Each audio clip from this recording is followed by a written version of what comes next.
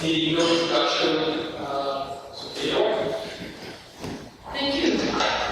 An interesting evening, and I don't think you can hear me. I'm Jenny, I'm from MakerBot, and we are leading the next industrial revolution.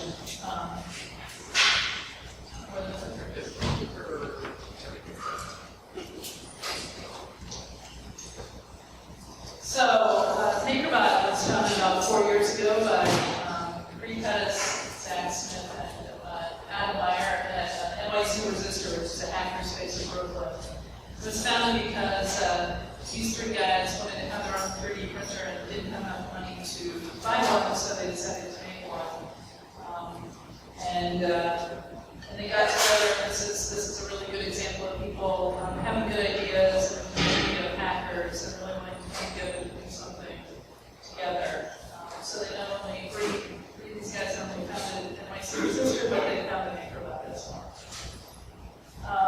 MakerBot is a company that makes 3D printers. I feel like when I started at MakerBot a year and a half ago, I would say to people that I work for a company that makes 3D printers and we get really weird blind gloves.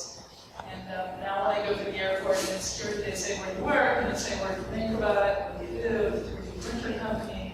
The security guys make comments like, are there really big patent problems with that? Got a little weird.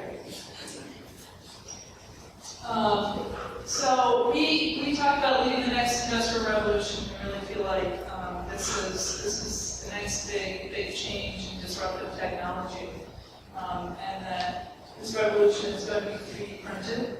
3D printing, this is a picture of our current product, our third generation MakerBot Replicator 2. Has a large build volume, allows you to print in 100 micron layer resolution. Easy to use software, and it looks good. It looks like the car that we saw earlier, or the set of the preprints. And really, we find that our technology is disrupting the world in a lot of different ways. It allows people to make things faster. It allows people to have factories in their homes. It allows people to bring things to market. It allows people to think about ideas and then make them without having to wait for someone to make them for them. Another part of MakerBot is Thingiverse, which is a website of all things. So the Internet of Things. We have more than 36,000 things. I think this is from a presentation earlier this year, and we probably have more than 50, maybe 60,000 things right now. And basically, it's a website where you can go and people can share things that they've made, share 3D files. You can actually, the big secret about Thingiverse is you can really share anything that you like on Thingiverse, and it's an awesome community where people can share what they're doing and let others make use of that as well. And interestingly enough, Thingiverse was started before MakerBot, partly because we got offended by the thought that you could go and download books, you can go and download music, but you couldn't download things. So me and Zach got together on a Saturday afternoon and decided to make a website where you could keep all of your things and you didn't lose them anymore. This is an example of an application that we have on Thingiverse. This is a new application that we've been getting a lot of support for, which is a customizer where people can create objects that are easily customizable. So you can go and choose a customizable iPhone case, and you can decide what kind of iPhone you want, what the pattern you want to be, how thick it is, what the pattern looks like. Basically make your own iPhone case without having to be someone who knows how to use CAD tools. This is a presentation from, I'm going to apologize up front for not having any so many custom today, but I spent Saturday at my 3D printed wedding. So the last time I was on the stage was actually in front of a priest just a few days ago. So I'm using a presentation that's really a basic overview of MakerBot, but I thought that this would give you a good sense of who we are. So some of the uses that we have here are, this is, I don't know if any of you have kids or people with kids, but these little connectors and these little trains are a real pain in the neck, and they also cost a lot of money. So this lets you make really cool custom tracks and make your own toys for your kids. a lot of architects use MakerBots, and at the time, again, this presentation is about 3 months old, and we said 4 of the top 10 architecture firms, and it's probably more like 6 or 7 of them at this point. Architects just love this technology. It's awesome. You don't have to take out a phone core board to say, well, I cut your fingers off making a presentation for someone. You can take the design that you have and print it out, and print out copies for everyone in the room, or you can make a design and send it to someone across the country and have that printed out for you. They look really awesome. You have these little houses in the store at MakerBot store, which is just around the corner from here on Mulberry Street. And we really find that architects are adopting 3D printing in a big way. When NASA, when the guys at JPL were working on this heat shield, they found that they were sending out parts to be made. I've heard a few people talk about having prototypes made, doing prototypes. I was really happy to hear about the social life people who were using their own 3D printers. But it was very expensive for JPL to send out to have a part prototype. And they found that when they got the part back, it was costing about $5,000. They sent it out, came back sometime later. It certainly wasn't hours later. And our printer is $2,200. So the next time they wanted to send a part out to print, they bought a replicator and made it themselves. One of the interesting things about use of our 3D printers at JPL is actually there's a big room of really big, expensive printers that's locked up that you can sign up for to have your parts printed, and have those charged back to your account and your project. You can wait 3 to 5 or 6 days to have those parts printed. Or you can sit outside that room and use the replicators for free and make your own prototypes and do your own iterative design process without having to wait, without having to get a charge back. So we're finding that there are a lot of uses for our printers in terms of rapid design and rapid iteration cycles that sit alongside some of the bigger printers that people might be more familiar with or might think of 3D printers. It allows you to make very, very good use of a very expensive printer by being able to do your design iteration on a 3D printer. Another awesome thing about 3D printing that we think is really awesome is that 3D printing creates companies and jobs. When I started with MakerBot November of 2011, we had 40 people, and today we have about 290 people. And it's not only creating jobs for people within MakerBot, but creating companies. We'll see some examples and allowing people to create things faster, more inexpensively, so that they're able to hire more people and get to market faster and have more efficient products. This is an example of, and this is actually one of my very favorite projects that people made with MakerBots. We have, there is a kid who didn't have a hand, and kids don't get prosthetics a lot because they're very expensive. And one pesky problem with children is that they grow quickly. So if you buy a prosthetic for a kid, it's not going to last very long. So a lot of kids end up without having prosthetics because it's expensive to supply a child with prosthetics. And so a few people set out to solve this problem. And this is a kid who had a ROBOHAND made for him that cost dollars, hundreds of dollars versus the tens of thousands of dollars that a prosthetic would normally cost. And he's just, the video of him and the video that we've made of the people who made this happen is just amazing. We're also finding that a lot of people are making ROBOHANDs for themselves now.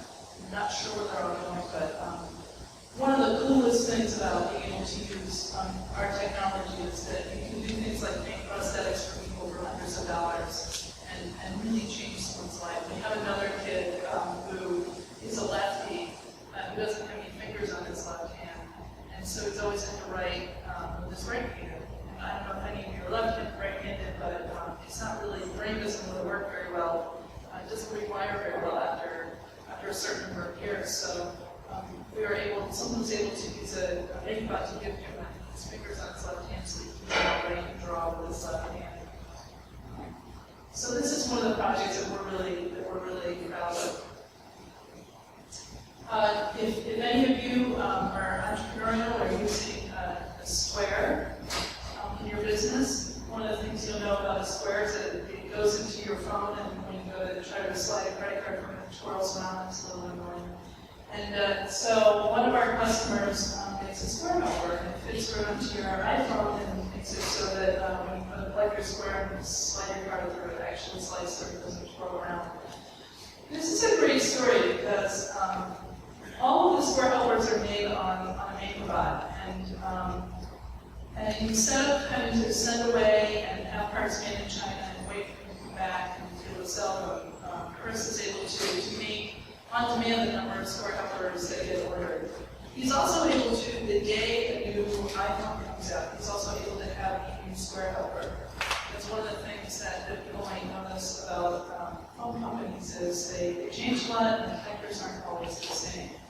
And the dimensions aren't always the same. So this has allowed him to iterate much faster and come to market much faster than he normally would if he was going to go to say, someone like China to manufacture. And the last time we talked to Chris, he said that, that if his manufacturing needs outstrip what his MakerBot can do, he's going to buy it from MakerBot.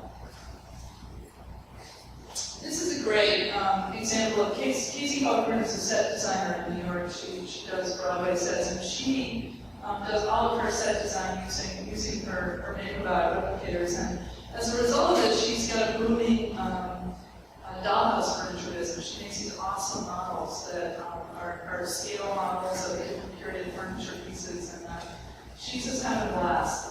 Bree also likes to say that it's not hard for her to get a date because guys all want to come see her replicators work. But Casey's just done some amazing work. You can see some of it. And then this is one of my very favorite examples of what you can do with 3D printing. One of the things that I get asked a lot is, yeah, but how big can you make something? Because it makes something this big. And my response back is, well, how many things in life do you see that are just made with one piece? And there's very few things in your life that you see that are made with one piece. Your car has thousands of pieces in it. And this is such a good example. This is a 3D printed horse's head. COSMO used Autodesk software 123D Catch, which is software that allows you to take photos and stitch them together of an object and create a 3D model of it. So he goes in and catches different statues and then prints them out. This is about 19 different pieces, 19 different printed pieces put together. This horse's head is about this big, and you can pick it up with one hand. And then COSMO has also made his own finishes, so everything looks like it's metal. It looks like it's finished. It's really super cool. And it's one of the best examples of how MakerBot can make anything outside the box too. One of the great things about one of the things we're really proud of in MakerBot is that we do all of our manufacturing in Brooklyn. Our employees are in Brooklyn. We're American made. And it's really awesome to be able to have our manufacturing facility right next to where all of our engineers work. We found that by being able to keep manufacturing close to engineering, our iteration cycle is able to be much faster, and so we're able to make changes and come to market faster with new designs because we're keeping our engineering facility right next to our manufacturing facility. There's so many uses for 3D printing in education. Kids eat this up. Kids just get 3D printing. I've sat next to kids on the subway and said, have you ever seen, do you play with Legos? Yeah, I play with Legos. Oh, I work for a company that makes a printer that makes Legos. And they're like, yeah, so. And they get it. They just get it right away. So when kids get in front of a 3D printer, it's amazing to see them immediately take to the concept. There's nothing limiting their imagination, so it's really awesome. The other thing that's really awesome about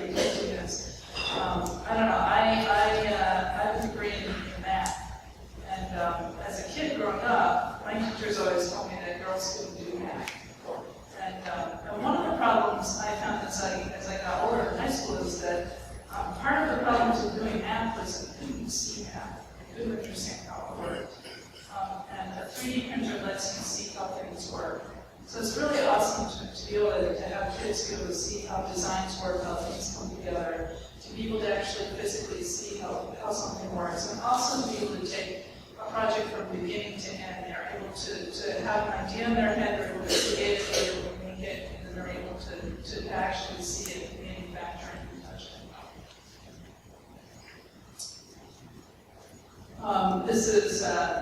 This is an example of a math thing that helps kids do their homework. This is one of our favorite stories also. This little girl isn't quite tall enough to go on the rides in amusement parks. You have to be a certain height to go on all the good rides in amusement parks. And they were going up to Disney, and she was pretty bummed out. So her dad just whipped out the 3D printer, figured out how much shorter she was from how tall she needed to be. And she made her a couple of lifts so that she could go on the ride. That was worth $2,200. These are just some other examples. I think that this is a espresso machine that got picked up. I don't know, I live in Fairfield, Connecticut, so it's a new phenomenon to me that people in New York put their trash out and 5 minutes later it's gone. This was walking and taking it. But Brooklyn seems like a walking flea market at trash day. But this was an espresso machine that got left on the street because it was missing this little part. You could see that it's just been handily 3D printed. So when you have a MakerBot, you can do anything. You can fix anything. This is a little device that someone made to help with tuning pianos, a piano tuner, and it made it so much easier for this person to do their job. And kids, we like to say that kids, you can make anything, you can make toys. One of the things we find that people do with their MakerBots, whether they have a serious job that requires them to make very serious parts for heat shields on things, they also do things like make toys.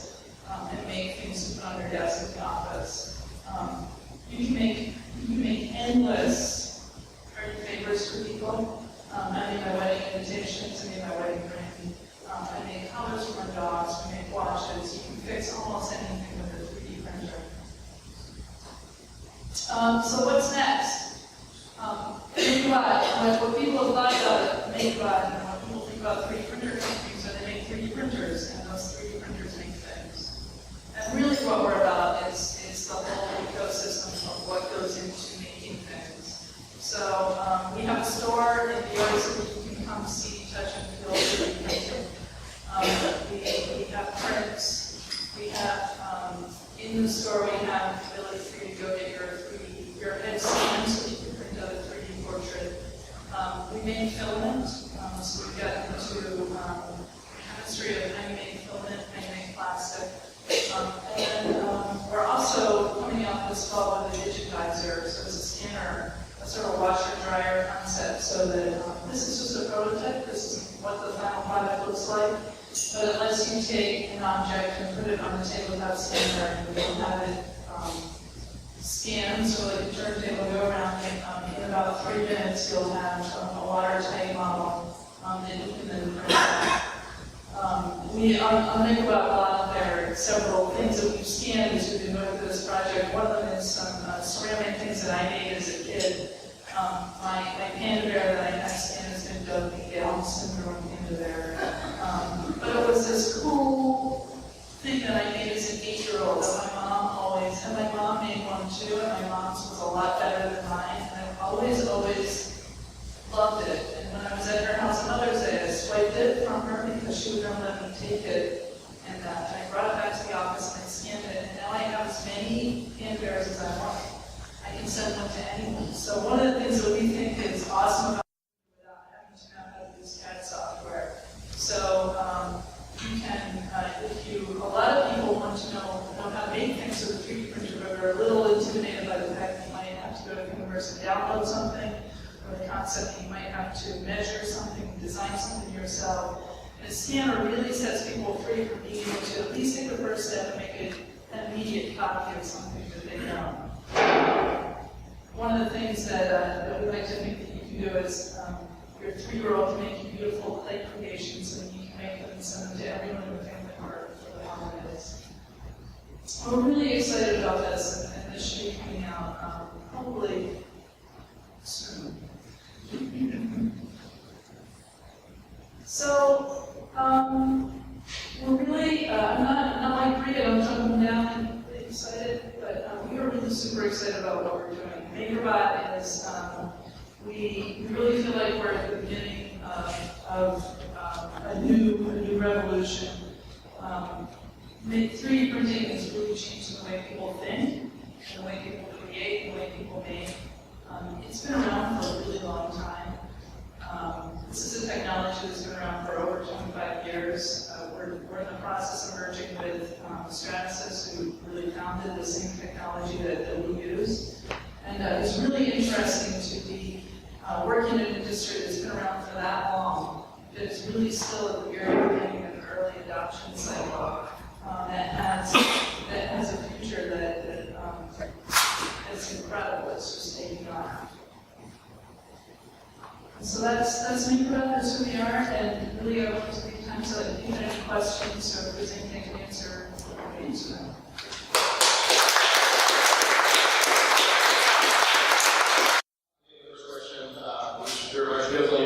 On your very last point, so what's your sense of the kind of the state of the union of 3D printing and compute? I don't know whatever comparison is that, from like the Apple, whatever the first model was called, like G1 and G2 to the current iPad. Where are we on that arc, or we can compare to 2D printing? So we're starting to see a lot more sort of 3D scanning, like you guys, which is very interesting. We're starting on the distribution side. We're starting to see companies trying to say, hey, this is a marketplace where you can rent, somebody else's 3D printer at home. So if you have something, you can just go to Brian's house and we'll print it for X many dollars. Where are we? How is the ecosystem building up? I think two of the adoption cycles that I look at are bringing the PC into the home and bringing the 3D printer into the home. And no one ever thought that. When the 2D printers came out and started to bringing them into the home, there was a concept that why would you need to print anything at home? And now, I like to say, you can't avoid a 2D printer. You go to buy something and you come home with a printer. And when your printer runs out of toner, it might be less expensive to go buy another printer. So that's one adoption cycle that I look at, and it's very similar to what looks like the printer adoption cycle. Another one is the concept that whenever you get a computer at home, what would you do with it? And again, I think I've got 10 computers in my house, and there are 4 people who live there. Probably more computers than we have TVs, and you can't imagine getting by without a computer or without a smartphone or without a device. And now, kids in like 3rd grade have iPhones. I remember when iPhones came out, you walk down the street and you're like, oh, my kids would say, I can't wait to be old enough to have an iPhone when I'm in high school, and now I can give it to your kid when they're born. So I don't think that there is a 3D printer yet that is what is going to be a mass consumer 3D printer. 3D printers right now are still kind of fussy. They require they require some patience. They require some understanding of how things work. And it's not as simple. Take it out of the box, turn it on. It's just going to print it. As much as we like it to be, it's not there yet. So I don't think we're very far away from having very good consumer models starting to come out. But we don't have a mass consumer product yet. It's less than 5 years before there's solid adoption in the consumer marketplace. I think that it's probably, I worked in the internet in the early days, and it reminds me a lot of being in the internet in the early days. I remember when Al Gore invented the internet, and we were all like, it's been here forever. And also like, well, what are people going to do with it? We've been sending email and sending plain years, like, what else do you need? And I was involved with designing several websites, some of the first 100 websites, and I can't believe how long that adoption cycle was. I left technology for about 10 years and came back, and I worked, before that I worked for an application service provider, and I thought that we were we're done when I got out of that marketplace. And I came back 10 years later, and software as a service is still really an immature solution. So adoption cycles, I know, are much, much longer than people think they are. But I think that this is one that's moving very quickly, partly because there are 2 or 3 very well-known adoption cycles in front of it, where you can say, hey, that's happened, you know that we can make this happen.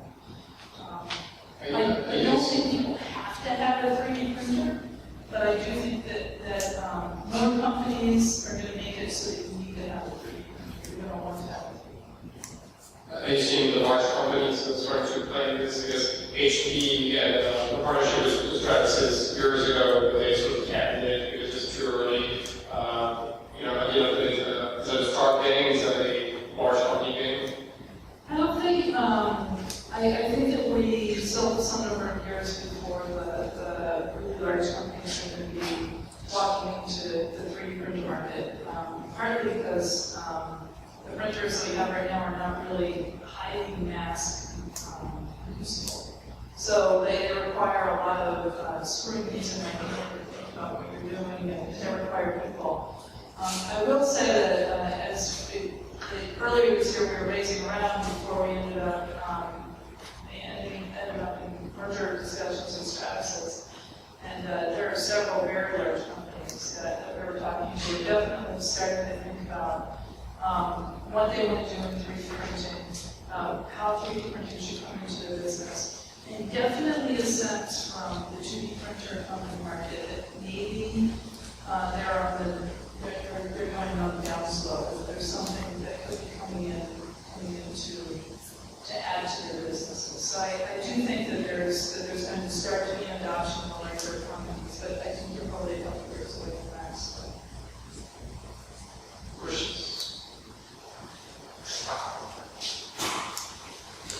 You can look at the adoption cycle.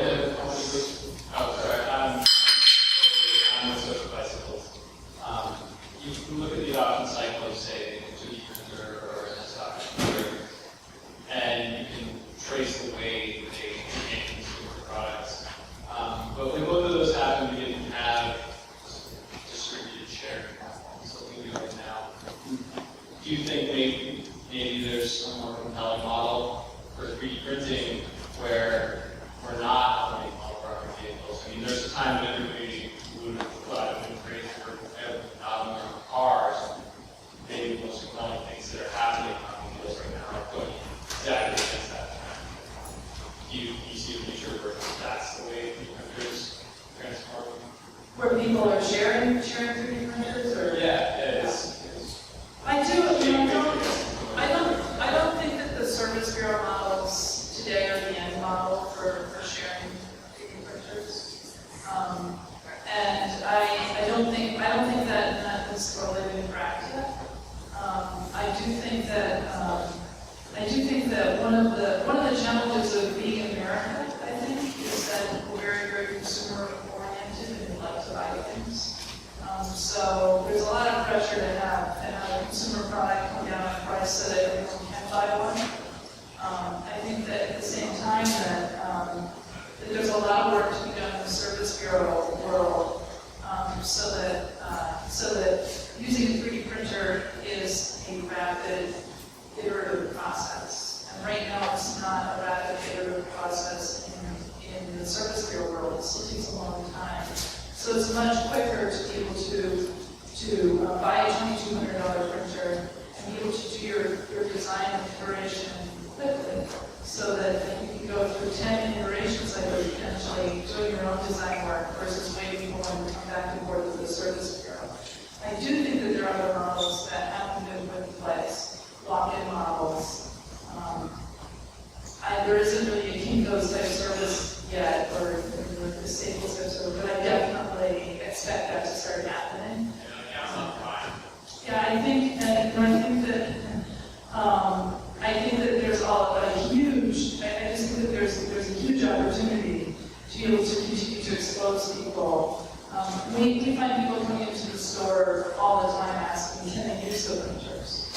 know that there's a market for it. There are libraries who are starting to put 3D printers in their libraries, and that, I think, is sort of a red flag that there's an adoption model that's not just going to be to the home. And libraries are supporting something that, which means that it's something that's with a greater good and commonality. There's a lot of work that needs to be done in the Service Bureau realm to make it much more functional, including making, one of the challenges in the Service Bureaus is that companies like Stratasys and 3D Systems and EOS on the high end, the cost of the printer is high, but the cost of the materials is astronomical. So it's very expensive for a Service Bureau just to be able to buy the materials and produce something that's not quite ready to be printed yet, which is really where I think there's a market for the low-end 3D printers that allow you to do things quickly and inexpensively. One last. So what else do you have on your roadmap? So we're talking about the digitizer, was there a partnership with Autodesk for 3D modeling apps? What's next? Practice application, what else? That you can talk about. Not much. We have a lot on the roadmap, but we don't talk much about what's coming up. I think that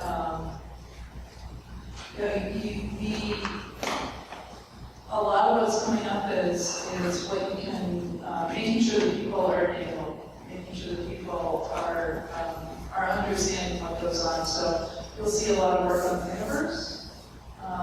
You'll see a lot of work on our part to make sure that people have access to 3D printers and understand 3D printers. And then we have a really exciting roadmap, but we just can't talk much about it. Very cool. About years.